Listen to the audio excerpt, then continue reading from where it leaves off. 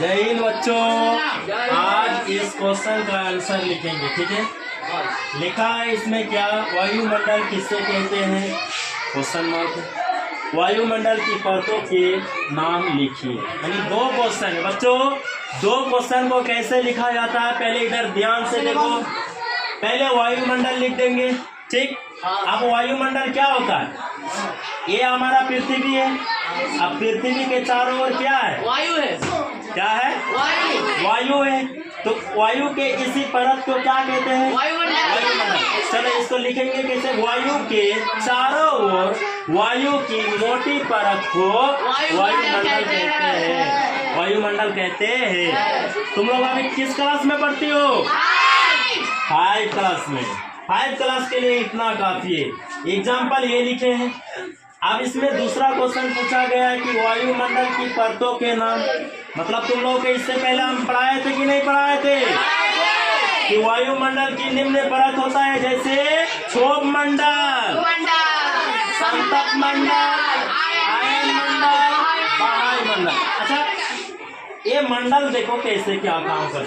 ये हमारा पृथ्वी, ये हमारा पृथ्वी है। क्या है, पृथ्वी के जस्ट ऊपर जो मंडल पाए जाते हैं उसको क्षोभ मंडल कहते हैं। क्या कहते हैं, क्या कहते हैं, क्षोभ मंडल कहते हैं। क्या कहते हैं, अब क्षोभ मंडल के ऊपरी वाला मंडल को क्या कहते हैं, समतप्त मंडल। अब समतप्त मंडल के ऊपरी वाला मंडल को आयन मंडल, आयन के ऊपरी वाला को। अच्छा, ये क्षोभ मंडल जो है ये 15 किलोमीटर दूर है। कितना किलोमीटर, 15 किलोमीटर दूर है, ठीक है। समझ में आया। क्वेश्चन का आंसर कैसे दिया जाए पता चल गया। ओके, मिटा दे, चलो मिटा दे। दूसरा क्वेश्चन में क्या कहा गया है कि वायु में उपस्थित गैसों के नाम लिखिए। मतलब ये सिंगल क्वेश्चन है, वो पहले वाला डबल था। अब इसमें लिखेंगे कुछ इस तरह, वायु में उपस्थित गैसों के नाम, oxygen, nitrogen, carbon dioxide, helium, hydrogen. अच्छा, एक संकेत होता है, इसका छोटा फॉर्म भी होता है। जैसे ऑक्सीजन को और किस तरह लिख सकते हैं, वो 2, नाइट्रोजन को 1, 2, कार्बन डाइऑक्साइड को CO2, हीलियम को H, E, हाइड्रोजन को H। इस तरह हम लिख सकते हैं। मान लो कि ये हवा का एक टैंक है। क्या है, टैंक है। तो क्या इसमें सिर्फ एक ही प्रकार का गैस रहेगा या सभी गैस आपस में रहेगा, सभी गैस। क्यों, क्योंकि वायु जो होता है यानी हवा जो होता है वो निम्न गैसों का मिश्रण होता है। क्या होता है, मिश्रण होता है, मिक्स होता है। क्या होता है, मिक्स होता है। देखो, ये एक गुब्बारा है। क्या है, तो गुब्बारा के अंदर कौन सा गैस भरा जाता है, हीलियम गैस को भरा जाता है। किस गैस को, हम लोग सांस में किस गैस को अंदर लेते हैं, ऑक्सीजन। सब बेकार हो तुम लोग, क्या लेते हैं अंदर, ऑक्सीजन। और क्या छोड़ते हैं, कार्बन डाइऑक्साइड। क्या छोड़ते हैं, कार्बन डाइऑक्साइड। चलो तीसरा क्वेश्चन देखते हैं। इसमें क्या कहते हैं, कहा गया कि आप कैसे सिद्ध करेंगे कि वायु में भार होता है। क्या होता है, वायु में भार होता है। कैसे सिद्ध करेंगे, कैसे प्रूव करेंगे। इसको प्रूव करने के लिए हमको कुछ गैस की जरूरत है, यानी हवा, एंड साथ ही एक गुब्बारा, 2 गुब्बारा की जरूरत है। कितने गुब्बारा, 2। अच्छा, 2 गुब्बारा ले लिए हम। अच्छा, ये गुब्बारा की तरह दिखता नहीं। मान लो कि ये गुब्बारा है। क्या है, अब एक गुब्बारा है गुब्बारा है। क्या है? ये बी है। अब इसमें क्या भरा हुआ है? गैस भरा हुआ है। क्या भरा हुआ है? गैस भरा हुआ है। अब गैसों में कौन सा गैस भरा रहता है? Helium gas. कौन सा? गुब्बारा में कौन सा गैस भरा रहता है? Helium gas. अब इसमें कोई किसी प्रकार का गैस नहीं है, ये ऐसे एक्चुअल में ऐसे। कैसे? ऐसे मतलब सुखड़ा हुआ। क्या? सुखड़ा हुआ। आप दोनों को मेजर करेंगे। क्या करेंगे? मापेंगे। ये एक तराजू का पल्ला है, यहाँ पर एक गुब्बारा को रख देंगे।